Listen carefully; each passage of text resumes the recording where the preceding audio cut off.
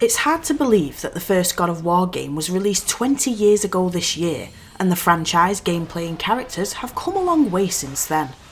2018's God of War reboot was perhaps the most popular and enduring modern PlayStation exclusive.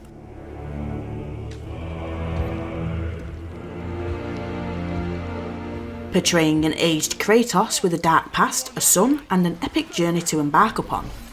Its sequel Ragnarok and the Valhalla DLC did not fail in maintaining the high standards we have come to expect from Santa Monica Studios.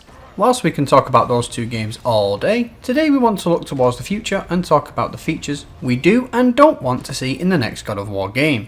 There has been a lot of talk in the fan community about what direction the game should go in, considering how Ragnarok ended. Speaking of, before we get into the nitty gritty of all that speculation, a quick spoiler warning.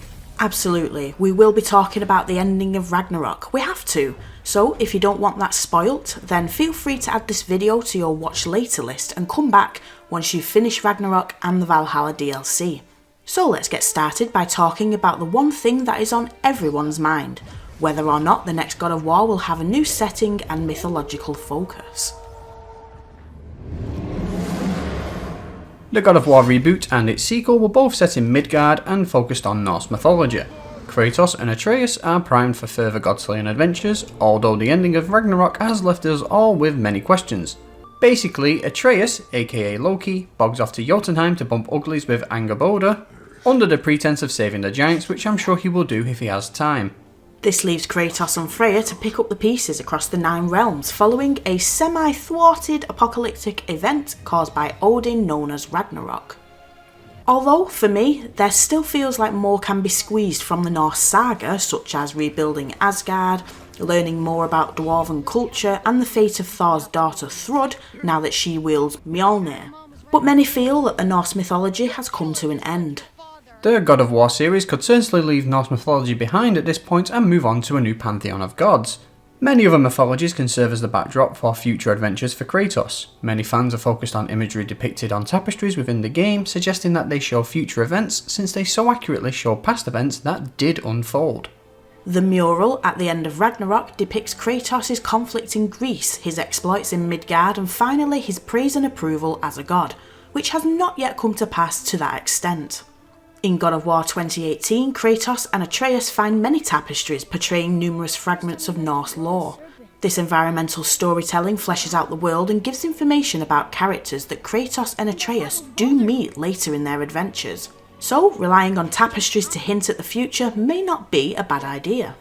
In Ragnarok, there are 2 tapestries depicting Tyr interacting with different peoples. One of those tapestries features Tyr giving a device to a group of Greeks, and there are 3 boxes with imagery alluding to Aztec, Egyptian and Japanese cultures. In another tapestry, we see Tyr holding the Unity Stone, surrounded by 4 symbols that represent the Greek Omega, the Egyptian Eye of Ra, the Celtic Triskelion, and the Japanese Shinto Hidari Gomen. Apologies if I butchered that. For those that don't know, the Unity Stone was created to return the destroyed Jotunheim round tower to its original place and was gifted to Tyr. Anyways, these symbols represent religions that have their own gods of war. Although Ragnarok didn't elaborate on the tapestries, those images are enough for a lot of speculation amongst fans about what's next for the series. An Egyptian mythological focus seems to be a fan favourite idea for a great direction for Kratos, but this somehow feels too far removed from the setting of all God of War games, and I worry that it wouldn't work. I feel like Kratos would stand out like a sore thumb in this kind of environment, although Greek mythology does share a certain absurdity and grandeur with Egyptian mythology. So who knows, it could be amazing.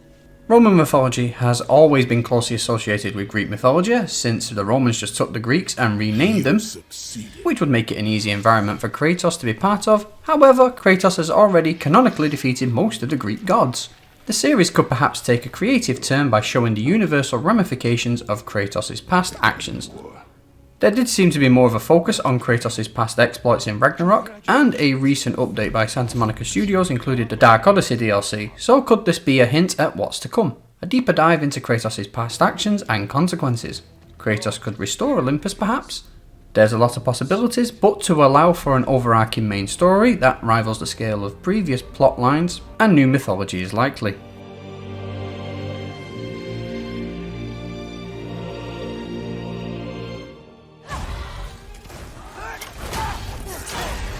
Normally, I'm not that keen on sidequels, because most of the time it's forcing players to care about another character that they don't care about. But one thing I definitely don't want to see is Atreus being completely absent in the next God of War game. We got a real taste of his potential in Ragnarok, and controlling Atreus during his own dedicated sections was a highlight, since his gameplay is a lot different from Kratos's. We both want to see Atreus' adventures in Jotunheim unfold parallel to Kratos' adventures, whatever that may be.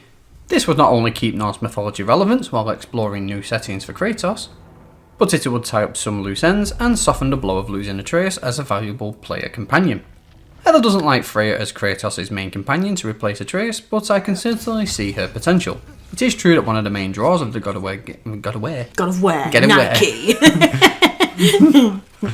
It is true that one of the main draws of the God of War games now is the father-son dynamic, so I wonder how the games will handle this shift. Close your heart to it. Many games embrace having sidequels, and it works incredibly well. A few examples include The Witcher 3 that lets us play as Ciri, we have the real world outside the Animus in Assassin's Creed, and the East series is fantastic at sidequels, showing Dana's past in East 8 and Adolf's prison sections in East 9. I see no reason why we can't continue seeing Atreus' journey alongside Kratos in the same way we saw his experiences in Asgard in Ragnarok. Their converging plotlines and differing perspectives was definitely a highlight of Ragnarok. I'm eager to see what happens with Loki and the Giants, and I want to watch Atreus' Loki powers and awkward romance with Angrboda flourish. To be honest, Atreus isn't very wise, and I can see him getting into a lot of trouble without Kratos keeping him in check, as evidenced by his decision-making skills throughout Ragnarok. Without you, I got reckless, overconfident, made stupid mistakes. His character did not develop enough to make me believe he will be okay on his own. It would be difficult, due to this, to keep Kratos and Atreus' adventures completely separate. I do like the idea of a father and son going their separate ways, something that inevitably happens in all parent-child relationships, but keeping Atreus relevant is important. I'm sure they would have some magic in place that would keep the lines of communication open between them anyway, so Atreus could pop up in Kratos' life with ridiculous problems he's gotten himself into at the most inopportune moments in Kratos' timeline. It would be quite funny and admittedly parallel a real parent-child dynamic. Father, I don't know how to woo. How do you pleasure a woman? Not now, boy! I just go into rage mode and then I wake up the next day. Tell me he wouldn't. Anyways, a cycle with Atreus is a must. Even if we do get a separate game with Atreus taking the forefront, I would still want him to have an active role in the next God of War game. I'm not sure what kind of relationship Kratos and Freya should have, but I'm not keen on the idea of a romance between them. I do, however, like the idea of Freya becoming more of a female parental figure for Atreus. I swear it's for a good reason. There is no good reason to go to Odin. He'll only cloud your mind. It's flying! We're flying! The next thing that I definitely want for the next game is a flying mechanic. That spectral boat section of Ragnarok was just a big tease. I totally thought we would be able to control the flying boat, but it was never to be seen again. Sadly, in my experience, Western RPGs are never very good at implementing a flying mechanic, not in the same way JRPGs excel at it. The 2018 God of War gave us the boat to get around the Lake of Nine that acted as a central hub for the other realms, and we were given Tyr's Temple and mystical gateways as a means of fast travel. In Ragnarok they ditched Tyr's Temple since Midgard no longer served as a central hub. We instead used Brock and Sindri's house as a way to access the other realms directly. Whichever realm we found ourselves in determined the means of ground traversal. Midgard is now an icy realm requiring a sled pulled by wolves. We rode through the swampy terrain and Vimmer River of Jotunheim on the back of a yak, and our trusty boat helped us get through Svartalheim, to name a few. But if they want to level up their means of traversal, then the best thing they can do is let us fly in the next game. It's the next logical step to impress players. We already have the spectral boat, so why not let that be a deployable raft of sorts to let us explore the skies? It would also open up the world in a similar way that lowering the water level in Midgard did in the 2018 God of War. If we really want to think outside the box, perhaps Ragnarok could have caused dimensional rifts to open up in the skies that grant access to different areas of other realms. That will be super cool, if not a complete Ratchet and Clank Rift Apart ripoff. And exploring the skies would inevitably be compared to Tears of the Kingdom. Genuinely though, they would need someone experienced with JRPGs to help implement this mechanic, because Western developers suck at flying in games. Anyways, please let us fly. The spectral boat in Ragnarok was such a great moment, and not letting us control the boat after getting it was just plain mean. We're flying! I knew it would do that. You have no hold on me anymore. It became clear in Ragnarok that we are supposed to start caring about Freya since she seems to be the primary replacement for Atreus following his departure. But we don't really know Freya very well, making it difficult to care about her. The fact that she was one of the main antagonists at the start of Ragnarok doesn't help her case either. It's a real shame, because the voice acting for Freya is absolutely fantastic, and watching her overcome her grief and let go of vengeance is a believable performance. Although I maintain that Freya doesn't seem the type to just forgive and forget the murder of her son at the hands of her new companion. I question her loyalties, but that's a discussion for another day. Anyways, we do know that Freya has significant ties to Vanaheim and Asgard as a once powerful Vanir goddess and queen of the Valkyries, who secured an uneasy alliance that halted the Aesir-Vanir war by wedding Odin. At some point, in a twisted attempt to protect her son Balder, she accidentally cursed him into being unable to feel anything, which drove him insane, and he became the main antagonist in 2018's God of War. I do feel like the previous two games have gone out of their way to make Freya feel less powerful than she actually is. She spent most of 2018's God of War being described as a witch in the woods, and Ragnarok only hinted at her power without ever fully exploring it. But let's face it, she fended off the armies of Asgard to protect her homeland. She was queen of the Valkyries. This woman is more badass than the games have thus far given her credit for. Bow to your queen. We want to know more about Freya. We want to know the true extent of her godly powers now that her shackles are fully broken. Fimbulwinter made it so that Freya could now traverse the realms following her exile to Midgard at the hands of Odin, and she reacquired her warrior spirit thanks to an alliance with Kratos.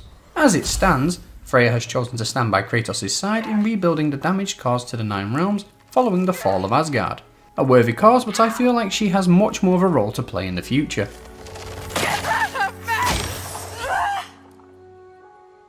Why all that for us, though? They are scared.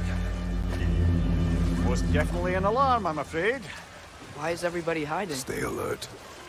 One handicap of both God of War games after the series was rebooted is how lifeless the Nine Realms are. There's no people at all. The only hint of civilization we see is on our approach to Svartalheim, but even then the residents retreat into their houses and we barely see anyone. God of War no longer needs to be about one angry god and his boy. I want to see societies and NPCs going about their day. This is something that the recent Avowed has been criticised highly for. But there is no need for everywhere Kratos goes to be lifeless, especially since tapestries depict his acceptance. I agree that it would be nice to speak to residents in big cities and have some world building and culture for once. The only hint of this we see is in Asgard, but Kratos doesn't get to experience this and the player only gets a small glimpse at the possibilities through Atreus' eyes. There's supposed to be lots of different races, cultures, traditions, beliefs, etc. in this universe, but we get to see almost none of it.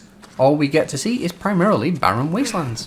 Doesn't anyone live in these Nine Realms? Where are they? I want to see bustling towns and be able to interact with people and places. Walk inside buildings and cause trouble as a socially inept god. The tavern scene with drunken Thor in Asgard was excellent, and I want more of that. Of course, this all depends on both the main location of the next God of War game and what type of story Santa Monica Studios want to tell with Kratos' next chapter. I don't think something like Novigrad would fit a game or aesthetic like God of War, but maybe something more like Skyrim's towns and villages would be better. These are just spitball ideas, let me know your opinion in the comments below. Whatever the next game is, and whatever direction it chooses to pursue, we're sure it will be an epic adventure that builds on the foundations set forth in the previous two games, and the franchise as a whole. We expect an unpredictable mix of cultures, fun gameplay, a great plotline with tear-jerking moments. Will the absence of Atreus mean a return to the franchise's more hack and slash roots, or will Kratos take on the role as the new All-Father and join Freya in rebuilding the realms? So many questions that we can't wait for the answers to. Let us know what you would like in the next God of War game down below. I've been Craig. And I've been Heather. This is Amalgamingle, and thanks for watching.